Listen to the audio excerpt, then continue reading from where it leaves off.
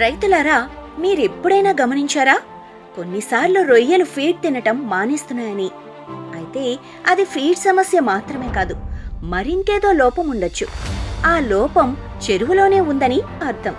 ఇంతకీ ఆ లోపం వల్ల ఏం జరుగుతుందో ఇప్పుడు చూద్దాం.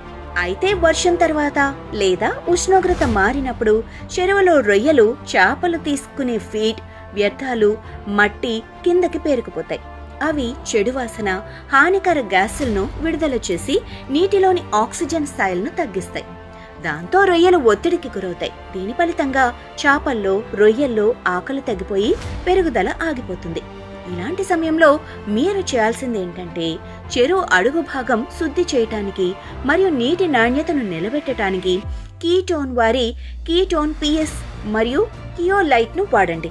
ఇది చెరువు అడుగు భాగాన పేరుకుపోయిన వ్యర్థాలను కరిగించి మట్టి, సూక్ష్మజీవులను యాక్టివ్ చేస్తుంది. చెరువు నీటి నాణ్యత ప్రమాణాలను మెరుగుపరుస్తుంది. తద్వారా రొయ్యలు మేతను తినటం చురుగ్గా మొదలు పెడతాయి. ఈ ఒక్క టిప్ గుర్తుంచుకోండి. చెరువు అడుగు భాగం శుభ్రంగా ఉంచితేనే రొయ్యలు బాగా తింటాయి, ఎదుగుతాయి. మీరు కూడా మంచి లాభాలను పొందుతారు.